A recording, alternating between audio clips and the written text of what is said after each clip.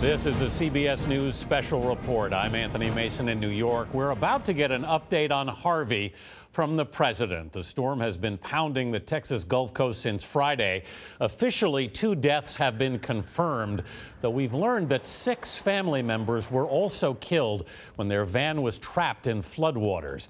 President Trump has declared a state of emergency in Texas and now as well in Louisiana, making them both eligible for federal disaster relief. Close to 40 inches of rain have fallen in some places, with more on the way. Police in Houston have made more than 2,000 water rescues. In a moment, the president will take questions after meeting with the president of Finland. But just moments ago, Mr. Trump spoke in the Oval Office about Harvey. Thank you. I'll be going to Texas tomorrow. I look very much forward to it. Things are being handled really well. The spirit is incredible of the people.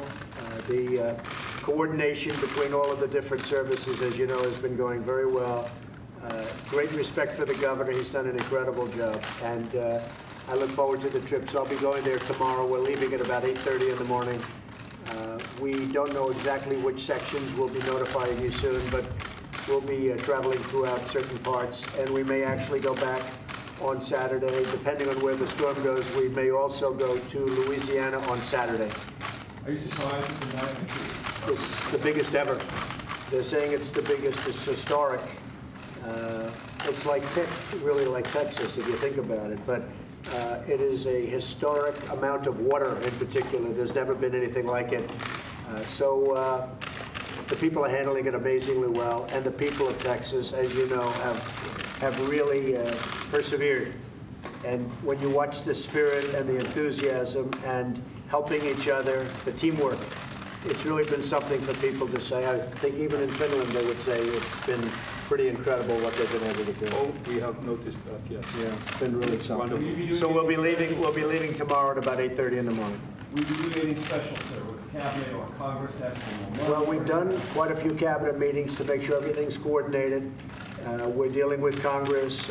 As you know, it's going to be a very expensive situation. We want to take care of the people of Texas and Louisiana when that happens, and we'll see what happens with the flow. The flow seems to be heading toward Louisiana right now as we speak, but we'll be there for the people of Louisiana also, very much so. So we'll see you tomorrow, and I guess you'll see both of us in a couple of minutes in the East Room. Thank you all very much. President Trump speaking about the impact of Harvey in a meeting with Finnish President Sauli Niinisto. He is speaking further about the impact of Harvey in a news conference now. Let's listen in. Very positive meeting, and I want to begin today by extending my thoughts and prayers for those affected by Hurricane Harvey and the catastrophe of flooding and all of the other difficulties that they're currently going through in Houston, in southeast Texas, and now it's looking more and more like the state of Louisiana will be also affected. My administration is coordinating closely with state and local authorities in Texas and Louisiana to save lives, and we thank our first responders and all of those involved in their efforts. We're working directly with Texas Governor Greg Abbott, who, by the way, is doing a fantastic job, and his entire staff likewise, as well as with Governor John Bel Edwards, who's very much involved in starting the process of Louisiana. We've pledged our full support as Texas and Louisiana battle and recover from this very devastating and historic storm. There's probably never been anything like this. Under the supervision of FEMA Administrator Brock Long, there has been a tremendous amount of work done. He has been so outstanding in so many ways. More than 8,500 federal workers are involved in the Texas effort alone. I've also today declared emergencies in Louisiana at the request of Governor Edwards. Recovery will be a long and difficult road, and the federal government stands ready, willing and able to support that effort. Right now, the single most important thing is the safety and security of those still in harm's way including the first responders who have been so terrific and brave. Protecting the lives of our people is my highest priority. Every asset at my command is at the disposal of local officials. Tragic times such as these bring out the best in America's character, strength, charity, and resilience are those characters. We see neighbor helping neighbor, friend helping friend, and stranger helping stranger. And you see that all over. You watch on television, you just see such incredible work and love and teamwork. We are one American family. We hurt together, we struggle together, and believe me, we endure together. We are one family. To the people of Texas and Louisiana, we are 100% with you. We're praying for you. We're working closely with your leaders and officials. And I will be visiting the impact zone tomorrow to ensure that you're receiving full support and cooperation from the federal government. And on Saturday, we think we're going back to Texas, and also we will be going to Louisiana.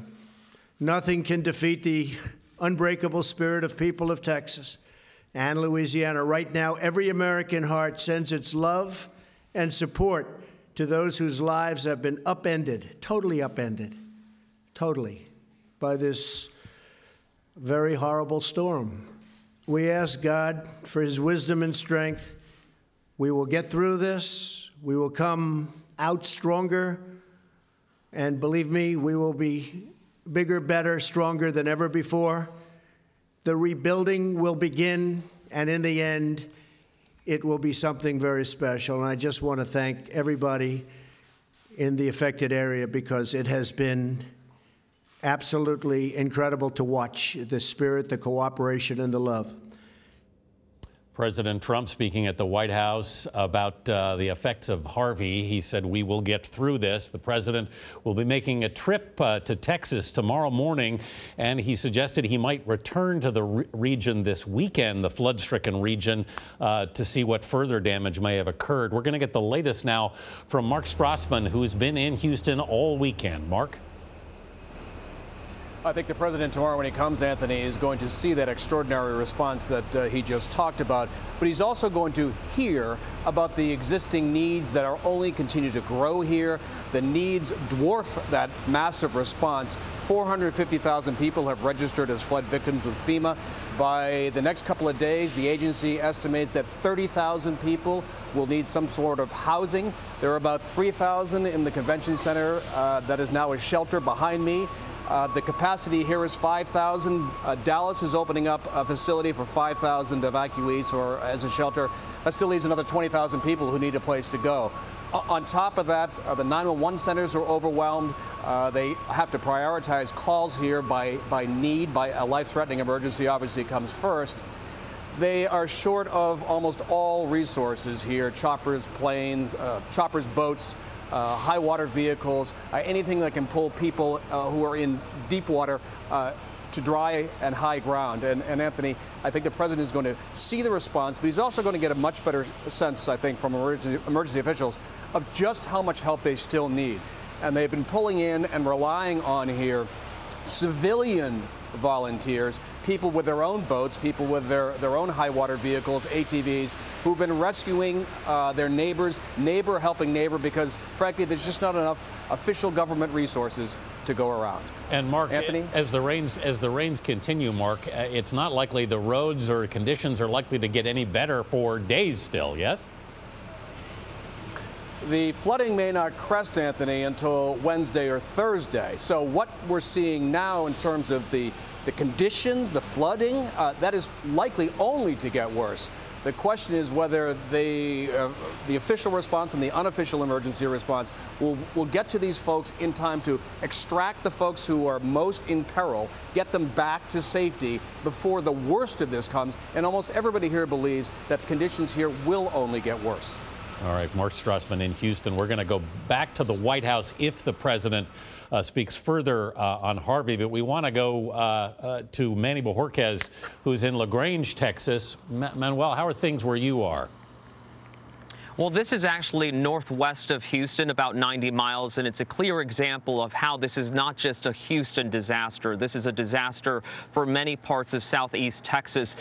What I'm standing in right now in LaGrange, is not standing water. This is actually part of the Colorado River, and it's what communities up and down the Colorado River will deal with as the wall of water that Harvey dumped in parts north of here begins to move down. The distressing thing about the flooding at this motel here is that it was housing some people who fled from Corpus Christi, from Victoria, Texas, down south, who fled the hurricane initially, and this morning they woke up and the water was in their rooms. They're having to evacuate yet again and yet again find another place to go. So there will be a need for capacity at shelters in communities outside of the Houston area. For example, here in Fayette County, where they had 2 shelters, possibly a third opening up. But it's also difficult to get around in many of these areas. More than 100 roads are closed because of all this flooding.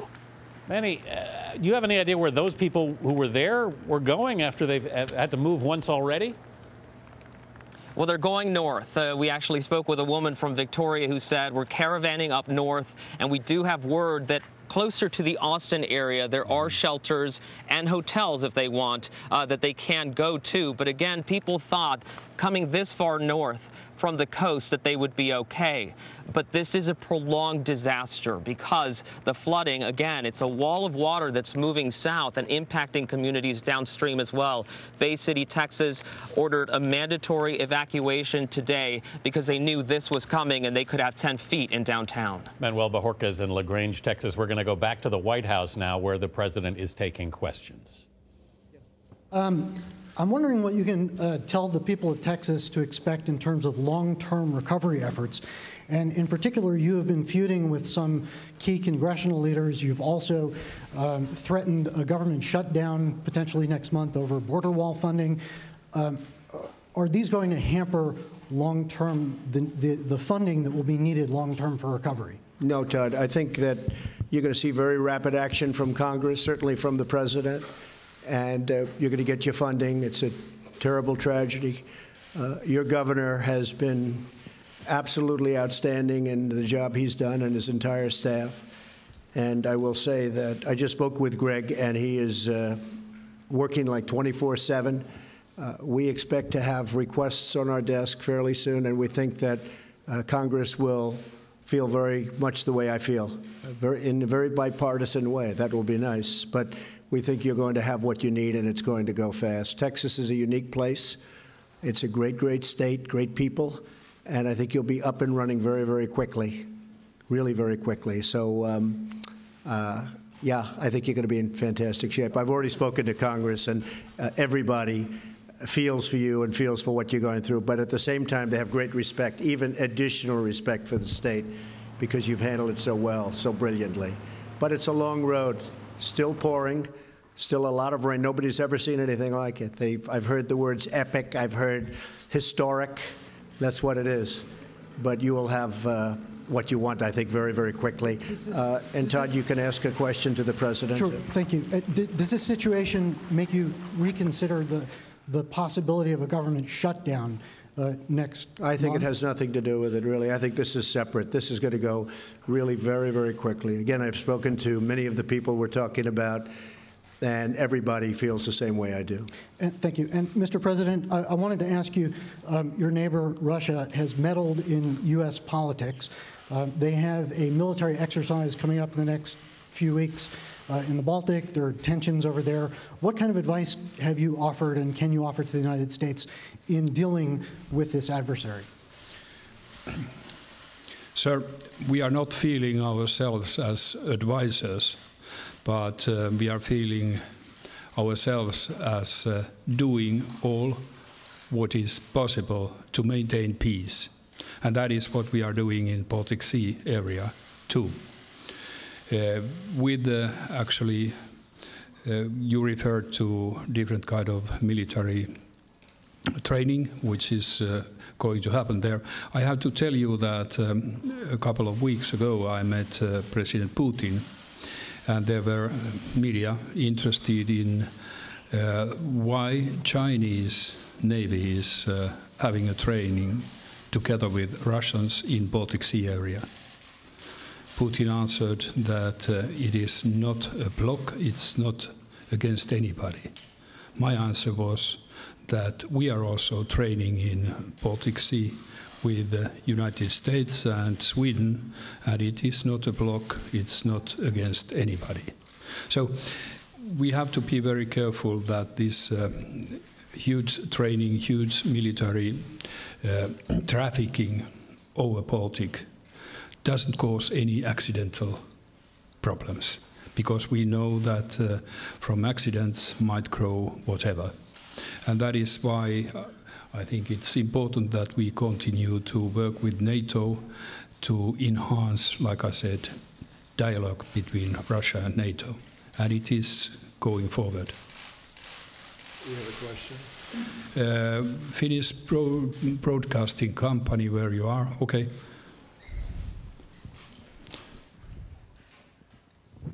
Thank you, Mr. President. I have a question to President Trump, if I may. As President Niinistö told, he's been raising the issue about the security situation in the Baltic region and the Baltic Sea specifically, and has been concerned about the Russian planes flying there without transponders on. So my question to you, Mr. President, would be, Mr. Trump, would you consider Russia as a security threat? Thank you. Well, I consider many countries as a security threat, unfortunately, when you look at what's going on in the world today. As you know, a few weeks ago, our great Vice President, Mike Pence, who's right here, was in the region and spent quite a bit of time there. We consider that a very, very important part of the world. We have great relationships there. We have a great relationship with Finland. And so I would consider many countries threats, but these are all threats that we'll be able to handle if we have to. Hopefully we won't have to handle them, but if we do, we will handle them. Can I have a follow-up, as he had also? So if the situation in the Baltic were to escalate, what would the US be ready to do in that unfortunate circumstances? Well, we are very protective of that region. That's all I can say. We are very, very protective. We have great friends there, great relationships there. We are extremely protective. Okay. Thank you. Sir. A question for the President? Yes. No. Sometimes do you have a question for the President? Do you have a question for the President? Of course. It's all right. Yes. Somebody else can. You don't have to. Mr. President, Lanne Media from Finland. Okay. Did you speak about climate change at all? And what about your, Mr. President Niinistö, initiative about cleaning up the Arctic and doing it together with the United States? What kind of response did your idea receive here in Washington, D.C.? We discussed a lot about black carbon. And to explain to everybody, what happens is that from atmosphere, black carbon covers the Arctic. And we know what happens when sunshine meets black. It melts the ice. And the problem is not only Arctic. If we lose the Arctic, we lose the globe. That is reality. So we must fight against those emissions spreading black carbon. I understood that the United States is going to put it in half. And we know that black carbon sources are, a lot of them in Russia. They are old-fashioned energy plants producing heating. The other problem is flaring. You know that in oil fields they flare up the extra gas, and the amount is huge.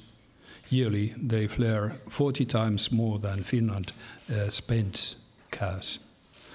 So if we can, and here comes also a business to picture, it would be a good business to renew those old-fashioned plants, to make more with less energy. It would be a business to stop flaring, to take use of that gas which is now burned for wind. And I think that these elements are such that we can continue discussing in Arctic Council. We have inherited the chairmanship from United States, and we continue the work. We had a very good discussion, Yep. in particular on the Arctic and black carbon, and I think we have much in agreement. One of the things we also agree on, we want crystal clean water, and we want clean air, the cleanest ever. Very important. So we have a lot of agreement. John Roberts, yes?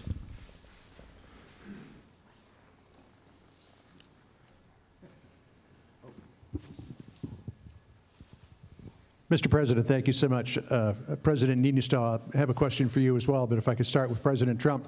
In the middle of Hurricane Harvey hitting on Friday night, you chose to pardon former Sheriff Joe Arpaio. I wonder if you could tell us what was behind your thinking for issuing a pardon for the sheriff, and as well, what do you say to your critics, even some in your own party, who say it was the wrong thing to do?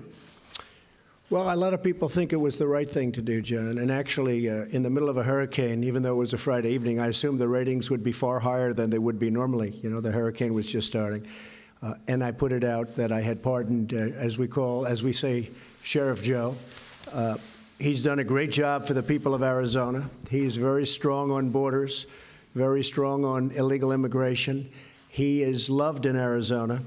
I thought he was treated unbelievably unfairly when they came down with their big decision to go get him right before the election voting started, as you know, and he lost in a fairly close election. He would have won the election, but they just hammered him just before the election. I thought that was a very, very unfair thing to do.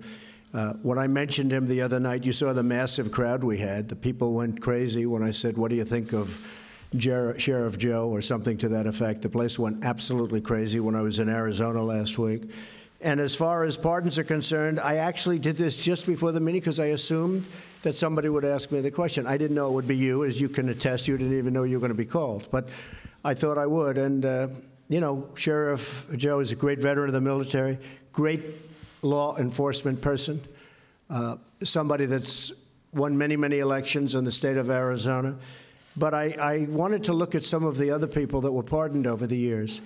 And if you look at, as an example, President Clinton pardoned Mark Rich, who was charged with crimes going back decades, including illegally buying oil from Iran while it held 53 American hostages, wasn't allowed to do that, selling to the enemies of the United States. He was pardoned after his wife donated hundreds of thousands of dollars to the Clintons. Then you have dangerous criminals. President Clinton pardoned Susan Rosenberg, a member of the weathered underground, charged as part of a bank robbery that led to a guard and 2 police officers being killed. Drug dealers. President Clinton commuted the sentence of Carlos Vignali, a central player in a cocaine ring that stretched from California to Minnesota. Criminal leaker. You've heard the word leaker. President Obama commuted the sentence of Chelsea Manning, who leaked countless sensitive and classified documents to WikiLeaks, perhaps and others, but horrible, horrible thing that he did, commuted the sentence, and perhaps pardoned. President Obama commuted the sentence of Oscar Lopez Rivera, who was charged as part of a violent independence group from Puerto Rico responsible for 28 Chicago area bombings and many deaths in the 1970s and 1980s. Sheriff Joe is a patriot. Sheriff Joe loves our country. Sheriff Joe protected our borders. And Sheriff Joe was very unfairly treated by the Obama administration, especially right before an election that he would have won. So, and he was elected many times. So I stand by my pardon of Sheriff Joe, and I think the people of Arizona who really know him best would agree with me. Thank you very much.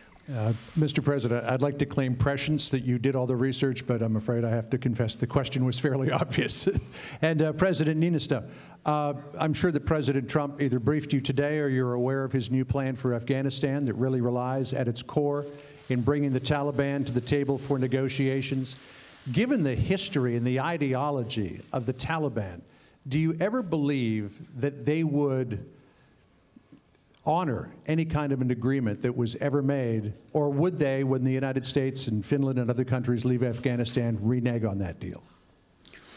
Yes. First of all, I want to underline that Finland has been involved from the very beginning to all the attempts to solve the situation in Afghanistan. We have troops there, we have also financial aid going on all the time.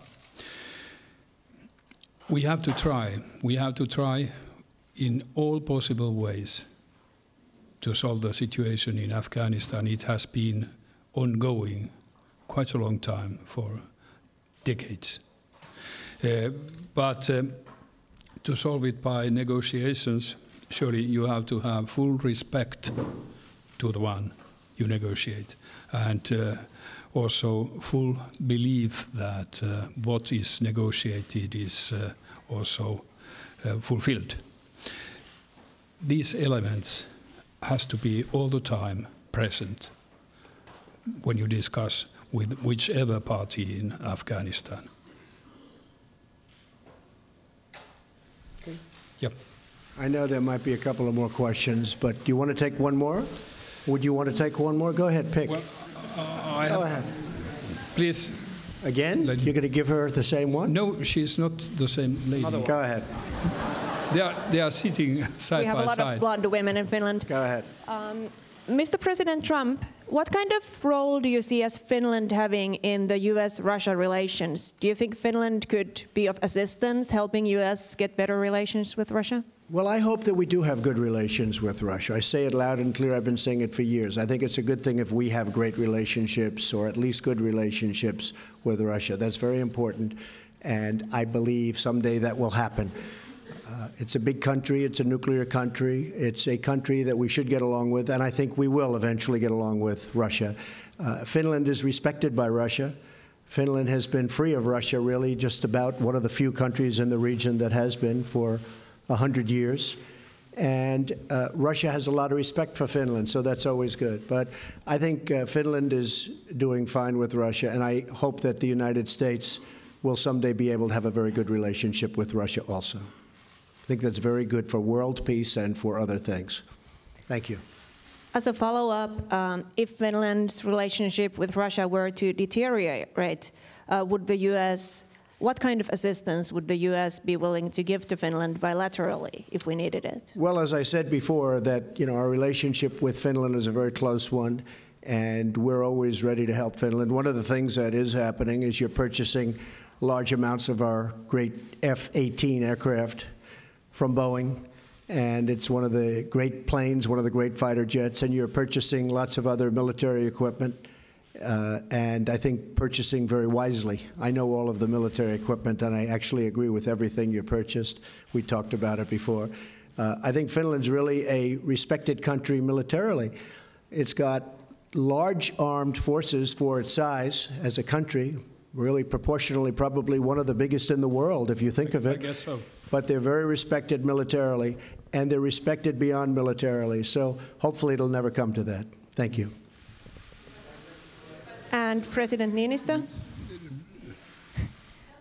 President Niinistö, did you discuss Russia, and did you offer any assistance to the U.S. with their relationship with Russia? Well, like I said earlier on, we did discuss about Russia, but actually I don't feel myself or Finland being any advisor to anybody, but we try to do our best. And hopefully we get also results from that. I want to remind you that in NATO meeting a year ago, approximately, it was stated by all NATO countries that with Russia you have to be deterrents, but you have to exercise dialogue too. These two-way elements have to be there. Yeah, go ahead. Thank you, Mr. President. Trey Inks with One America News. In the aftermath of Hurricane Harvey, do you believe that cutting FEMA's budget is the right thing to do? No, I think what's going to happen is the FEMA money is relatively small compared to the rebuilding money. So FEMA, right now, we have the money necessary for Texas and Louisiana if we need, but the real number, which will be many billions of dollars, will go through Congress. I think it'll happen very quickly. It'll go very fast. And I want to congratulate you on the network. It's a great network. Thank you. If I may follow up on one other question from earlier. The southern border wall, is your plan still to have Mexico pay for the wall? Yes, it will. One way or the other, Mexico is going to pay for the wall. That's right. It may be through reimbursement, but one way or the other, Mexico will pay for the wall. We're right now negotiating NAFTA. In my opinion, Mexico's been very difficult, as they should be. Why wouldn't they be? They had a sweetheart deal for so many years. It's one of the great deals of all time for them, one of the worst trade deals ever signed. I guarantee you, Mr. President, Finland would never have signed NAFTA with Russia or whoever you wanted to. This is not a deal that you would want to sign. This is not a deal that Finland would know about.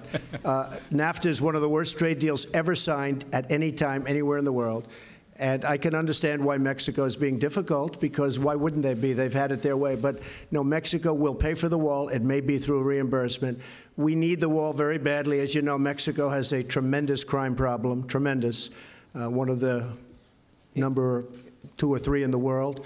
And that's another reason we need it. And just to add on, tremendous drugs are pouring into the United States at levels that nobody's ever seen before. This happened over the last 3 to 4 years in particular. The wall will stop much of the drugs from pouring into this country and poisoning our youth. So we need the wall. It's imperative. We may fund it through the United States, but ultimately, Mexico will pay for the wall. If I may follow up, on Tuesday you said if we have to close down our government, we are building that wall. Well, I hope that's not necessary. Let me just tell you. Yeah, I hope that's not necessary. If it's necessary, we'll have to see, but I hope it's not necessary. The wall is needed from the standpoint of security. The wall is needed from the standpoint of the drug scourge, what's coming through and through that area, through the areas that we're talking about. As you know, I have General Kelly here. We stopped traffic coming through 78%. It's going to be, I think, 81% this quarter, which is a record. In other administrations, if they stopped it just a little bit, like 1 or 2 or 3%, they considered that a great thing. We're up to almost 80%. We'll soon be over 80%. But you need the wall to do the rest, and you need the wall for the drugs. The drugs are a tremendous problem. The wall will greatly help with the drug problem, and ultimately that's a good thing for Mexico also. We have a very good relationship with Mexico, but I will say that dealing with them, I've always said, I've talked about NAFTA, you've heard me many times, and I've said that we will either terminate it or renegotiate it. We're in the process of renegotiating right now, renegotiating the deal. I believe that you will probably have to at least start the termination process before a fair deal can be arrived at, because it's been a one-sided deal. And this includes Canada, by the way. Great respect for Canada, great love for Canada. But it's been a one-sided deal for Canada and for Mexico. And the United States workers, all of these incredible people who have lost their jobs because of NAFTA, they're not going to be suffering any longer. It's been unfair for too long. So we will build the wall, and we will stop a lot of things, including the drugs are pouring in at levels like nobody's ever seen. We'll be able to stop them once the wall is up. Thank you very much. Thank you. Thank you, everybody. Thank you. Thank you. President Trump appearing with Finnish President Niinistö at the White House addressing Harvey and the effects of Harvey. The president said, "We will get through this." He was asked whether the threat of a government shutdown might threaten relief. The president said, "You're going to get your funding. You will have what you want, and I think very quickly." Close to 40 inches of rain have fallen in some places in Texas, with more on the way. Our Mark Strassmann reported that up to 30,000 people may need shelter in Houston. The president has declared a state of emergency in Texas and now in Louisiana. He will head to Texas tomorrow morning. We're going to go to Major Garrett now, who is at the White House. Major? Well, the president offered an upbeat assessment of the federal coordination with the state of Texas and the likely necessity of federal coordination with Louisiana as Hurricane Harvey moves in that direction. But this president is treading on some careful ground here, because It is clear in Harris County and the surrounding Houston area, the disaster continues. The humanitarian need multiplies by the hour. The need for rescue operations continues. The need for shelter grows exponentially, and the federal involvement is going to be stressed, as the state involvement has already been stressed. And this is going to require a substantial amount of maintenance and coordination from this administration with Texas and with Louisiana. And other presidents in the past have been burned by optimistic assessments and appraisals of coordination and cooperation and teamwork. This is going to be a long, hard struggle in Texas, maybe a hard struggle in Louisiana. The president will see some of that close up tomorrow, but he knows, and those around him know, he's got a substantial maintenance and supervision job ahead of him for at least a full week, maybe two, and a dealing with Congress to provide the billions and billions it's going to be required to rebuild Houston once the water begins to recede. Major, the president's already talking about making possibly a second trip down on Saturday to either Louisiana or Texas, depending on where the storm is at that point. That's right, and it's a fine line always with presidential visits, because they do siphon away resources that could be otherwise used for the operations on the ground. But the president also knows he needs to be there to get an assessment for himself, wants to appear involved, wants to appear visibly involved in the process and marshaling the resources, giving the orders, and holding people accountable. But this is an ever-evolving and still dangerous situation, so the president will not get close to the Houston area specifically, Corpus Christi, Austin, then maybe stops in Louisiana over the weekend to get those assessments and then give the marching orders to the federal officials working with both states. We want to go back to Mark Strassmann one last time in Houston before we leave the air here, who has already told us, as I mentioned, that something like 30,000 people are going to need housing there in Houston. Correct, Mark? That's right. 30,000 people in this area, according to FEMA, will need housing in the next couple of days. That's the agency's estimate. Again, they have room for 5,000 folks at the convention center that's behind me here. It's about 3,000 folks are in there now, but they still need to find beds for a lot of people. And that's going to be one of the priorities. I mean, you have to pull people out of harm's way, and then you have to take care of them once you do. And a couple of very distinct challenges that the president's going to hear more about, I'm sure, when he comes to Texas tomorrow. Mark, how accurate do you think the assessments are of the people in need at this point? Because, I mean, I imagine there must be a lot of people out there they still haven't gotten to yet. There's no question about that, Anthony. I think they're sort of going on gut feel and number of calls they've had. For instance, they've had more than 75,000 calls that are storm-related come in to 911 centers here. 75,000. They have far more calls than they have resources to respond to those calls. They have to prioritize, and that means not everybody is going to be responded to as quickly as they would like to get them there. All right, Mark Strassmann in Houston, thanks. There will be much more on Harvey on your local news on this CBS station and on our streaming network, CBSN. Nora O'Donnell in Houston and I will be back with an expanded edition of the CBS Evening News. Till then, I'm Anthony Mason, CBS News, New York. For news 24 hours a day, go to CBSNews.com.